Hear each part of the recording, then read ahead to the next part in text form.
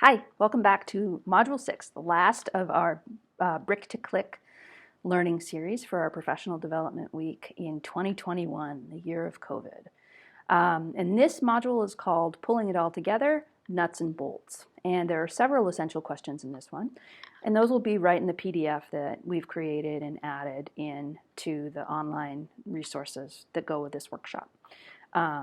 So either grab a pen, pencil, and paper, your favorite word processor, or get ready to type in the PDF, okay? Because this is going to be a lot of questions and then some practice, okay?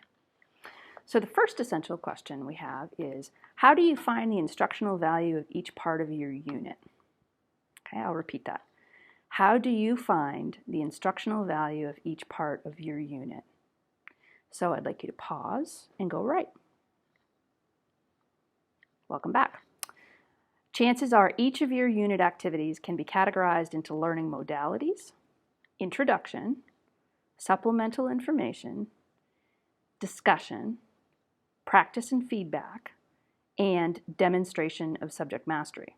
Because that's what teachers do, right? This is no new information. This is just like, oh yeah, I got that. That's something I always do.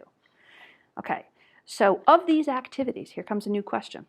Of these activities, which ones must be taught in a lecture style? Must be. Like, there's no option. You gotta do it. Okay? So those are going to be your face-to-face interactions. Those are going to be your Google Meets. And those are going to be your videos. Now, when I say face-to-face and Google Meets, keep in mind, we have very limited time this year. So you don't want to be just lecturing the whole time because you are not going to connect with those kids. And as we already talked about in the It's All About Relationship module, you have limited time. Use that time for connecting with kids, clarifying muddy points, so on and so forth. You don't want to be like, rah, rah, rah, rah, rah, lecture the whole time because they'll check out. We know that. Okay. So by videos, I mean you can do a video like this that I consider to be more of an SEL instructional video, or you can do slide decks, or you can do Screencastify and things like that. But anyway, it's getting your instructional content across in a way that works for who you are as a teacher. And we have lots of resources for how to make those. Jeremy Gath is going to be having a Creating Instructional Videos workshop. I am making a SEL, so social emotional learning videos, so the more kind of like folksy ones, more personal and less clinical. The kind of check-in like, hey, how are you type videos. So that's what you want to limit your lecturing time. Those are the modalities you want to use. You want to use face-to-face. You want to use Google Meets and you want to use videos, but you want to keep it personal, keep it human, and do a lot of connecting with your students. Again, remember, you get an 11-fold payback for every time you spend on SEL. Thank you, Christy. Okay, so another question. Of these activities, which ones can students do mostly independently? Pause if you need to write. Welcome back. These are your asynchronous activities. So these are the activities that you just put online and the kids have to pass them in by the end of whatever the grading period is that you've designated. Because this is practice and they can practice whenever it's convenient for them and their minds, right? They don't have to be in front of you practicing unless it's something, of course, that you'd really like them, like particularly your vulnerable students, to practice in front of you so you can give them immediate feedback. Okay. Next question. Of these activities, during which ones would you be circulating and checking in with students? So, zooming around the classroom and, hey, how are you? How's it going? That kind of thing. We're not really going to be able to do that very easily this year. And so we have to think of very creative ways to do that. And so if you want to pause and write what those are for your unit. Okay. So these are your formative assessments as well as small group Google Meets. So the easiest way to do this is through the formative assessments, Quizlet or Flipgrid or things like that, where you can pose a question or you can pose learning material that people need to practice.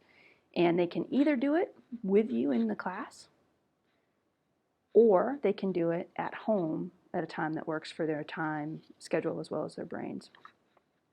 Or you can do it during Google Meets. Okay, so after hey, how are yous, then you can have that as your activity for the day. Okay. Now, I want you to apply all this sorting to the unit you've been practicing with, and I want you to have some sorting time. So I've attached on the website, or linked on the website, a thing called the Hybrid School Toolbox, and that has a whole array. I referred to this in the formatives and feedback video.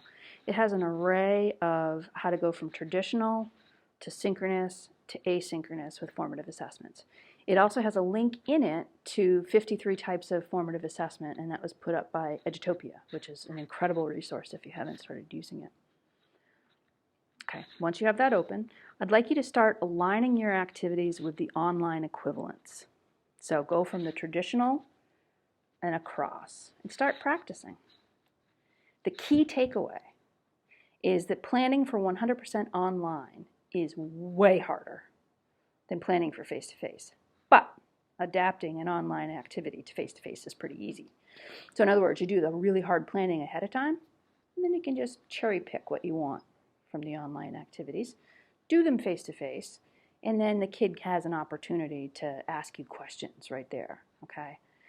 So it seems kind of weird to only be doing electronic activities during class and then circulating, but it's another way of connecting. And then another key takeaway is that simple, clear language with excruciating details, I already talked about, is the way to go with any digital communication. Anticipate any and all questions and write backward from that. You'll work harder to start, but you'll have fewer simple questions.